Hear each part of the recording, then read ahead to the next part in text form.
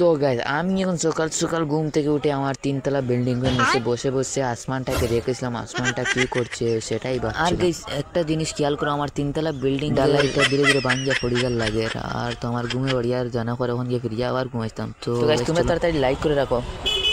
তারপরে গাইস আমি দাঁত ব্রাশ করে মুখ দিয়ে এসে গেলাম রুমে এসে একটু এই তেলটা আমি ইউজ করি সকাল সকাল। এই তেলটা যদি মাথায় চুলে ফেসে দেওয়া হয় তো ফেসের একটু ভালো হয়। তারপর আমি তাড়াতাড়ি এটা মেখে নিলাম।